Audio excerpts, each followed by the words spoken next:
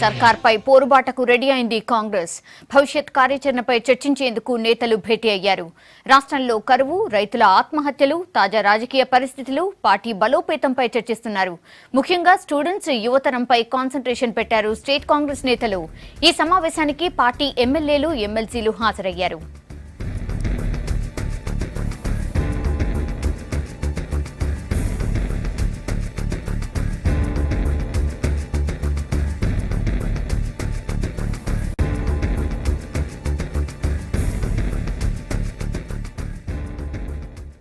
రెండు తెలుగు రాష్ట్రాల ముఖ్యమంత్రులు రైతు వ్యతిరేకులే అన్నారు కాంగ్రెస్ సీనియర్ నేత పాల్వాయి గోవర్ధన్ రెడ్డి.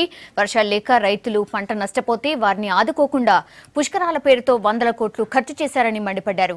తెలంగాణ వచ్చాక ఇంత దారుణమైన పాలన ఉంటుందని ప్రజలెవరూ ఊహించలేదని పాల్వాయి విమర్శించారు. రాష్ట్రంలో తీవ్రమైనటువంటి అనావృష్టి ఉంది. పోయిన సంవత్సరం కూడా తీవ్రమైనటువంటి అనావృష్టి ఉండి రెండో పంట పండలేదు. మొదటి పంట కూడా పెద్ద ఎత్తున దెబ్బతిన్నది. కానీ ఈ ప్రభుత్వం కానీ చంద్రబాబు నాయుడు ప్రభుత్వం కానీ దీనికి ఏ విధమైనటువంటి సహాయ కార్యక్రమాలు చేసి ప్రజలను ఆదుకుంది లేదు. ఇప్పుడు కూడా పరిస్థితి అదే విధంగా ఉంది. రైతులు వేసినటువంటి పత్తి విత్తనాలన్నీ సర్వనాశనం అయిపోయినాయి దక్షిణ తెలంగాణలో. నిన్న ఉత్తర తెలంగాణ పోయినప్పుడు కూడా చూసినాను. ఏ చెరువులలో నీళ్లు లేవు, గోదావరి ఫ్లడ్స్ లేవు, మంజీరా కానీ మిగతా ఏ రివర్లో కూడా ఫ్లడ్స్ లేవు. తీవ్రమైనటువంటి వర్షాభావ పరిస్థితి ఉన్నది. మెట్ట పైర్లు వేసినారు. ఏదో అప్పుడప్పుడు కొన్ని వర్షాలు పడ్డాయి కాబట్టి మెట్ట పైరు అట్లా ఉంది. ఇప్పుడు ముందు ఎట్లుంటుందో మాత్రం మనం ఊహించలేం. ఏమైనప్పటికీ ఈరోజు ప్రతి పైసా రైతుల సంక్షేమానికి ఖర్చు పెట్టవలసిన అవసరం ఉంది. మీకు అన్నిటికంటే ఆశ్చర్యం ఏమిటంటే పోయిన సంవత్సరం పంటలు పోతే ఈ రోజు వరకు రైతులకు సబ్సిడీ పైన విత్తనాలు కానీ పంట నష్టపరిహారం కానీ ఇక్కడ కానీ ఆంధ్రప్రదేశ్లో చెల్లించలేదు. కాబట్టి దీన్ని బట్టి ఏమర్థమవుతుందంటే ఇద్దరు చంద్రులు కూడా దానితో మనకు సంబంధం లేదు, ప్రజల సంక్షేమం పట్టలేదు. ఏమైనప్పటికీ ప్రచారం నడిపి మాటలు మాత్రం కోటలు దాటుతాయి, కాళ్ళు మాత్రం కడప దాటదు అన్న విధంగా వీళ్ళు ప్రవర్తిస్తున్నారు. తెలంగాణ వచ్చిన తర్వాత తెలంగాణ ఇంత బ్యాడ్గా పరిపాలించబడుతుందని చెప్పి ఎవరు అనుకోలేదు. ప్రస్తుతం సిఎల్పిలో విహెచ్ మాట్లాడుతున్నారు. లైవ్ లో చూద్దాం. ఇవాళ ప్రభుత్వంలో మార్పు కనిపిస్తుంది. 15,000 ఉద్యోగాలట.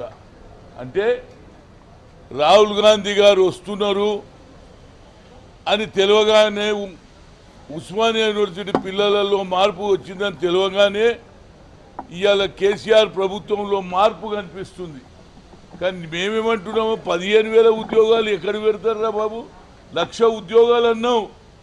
1,00,000 ఉద్యోగాలు ఇచ్చితేనే అప్పుడు అనుకుంటారు నిజంగా ఏ విద్యార్థులైతే గతంలో సాక్రిఫైస్ చేసిన వాళ్ళందరికీ కూడా, ఈవెన్ ప్రొఫెసర్స్ కానీ లెక్చరర్స్ కానీ ఇవాళ ఎన్నో ఏండ్ల నుంచి కష్టపడుతున్నటువంటి విద్యార్థులకు సరి అయిన న్యాయం జరుగుతుంది. కానీ 15,000 తోటి ఏదో ఉద్యోగాలు ఇస్తున్నాము అని విద్యార్థి సోదరుల కోపాన్ని తగ్గించడానికి ప్రయత్నం చేయొద్దు అనేది నా ఉద్దేశం. అందులో రాహుల్ గాంధీ గారు వస్తున్నారంటే ఇంకా భయం మొదలైంది. ఇక రాహుల్ గాంధీ వస్తే ఇక రాహుల్ గాంధీ ప్రపంచం పూర్తిగా తెలంగాణ జిల్లాలలో వస్తుంది. దానికి తప్పనిసరిగా అన్ని జిల్లాలలో తిరిగి, ముఖ్యంగా తెలంగాణలో ఉన్నటువంటి అన్ని జిల్లాలలో జూనియర్ కాలేజ్ కావచ్చు, డిగ్రీ కాలేజీలలో తిరిగి పెద్ద ఎత్తున మొబిలైజేషన్ చేసి ఈ ప్రభుత్వంలో నిజంగా కొందరు ఇవాళ రాహుల్ గాంధీ గారు కాలు పెడితే ఏదో అయిపోతుందని, ఇవన్నీ అదే రాహుల్ గాంధీ సోనియా గాంధీ లేకపోతే ఈ రాష్ట్రంలో ముఖ్యమంత్రి అయ్యేవారా, ఇవాళ పదవులు అనుభవించేవాళ్ళ? అది కేవలం సోనియా గాంధీ తోటి సాధ్యమైంది. సోనియా గాంధీ కూడా కృతజ్ఞతలు చెప్పిండ్రు వచ్చి, ఎంటైర్ ఫ్యామిలీ. ఇవాళ రాహుల్ గాంధీని పట్టుకొని మాట్లాడడం అది న్యాయం కాదు. ఏదైనా తెలంగాణ జిల్లాలో 1,00,000 ఉద్యోగాలు ఇస్తాను, అప్పటి వరకు తప్పనిసరిగా విద్యార్థుల ఉద్యమాలు నడుస్తాయి.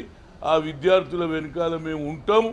వాళ్ళకు తప్పనిసరిగా న్యాయం అయ్యే వరకు ఏ పేద విద్యార్థులైతే అదేవిధంగా చనిపోయిన కుటుంబాలను కూడా తప్పనిసరిగా ఏ లెక్క ప్రకారంగా అయితే ఇవాళ తగ్గియడానికి ప్రయత్నం చేస్తున్నారు.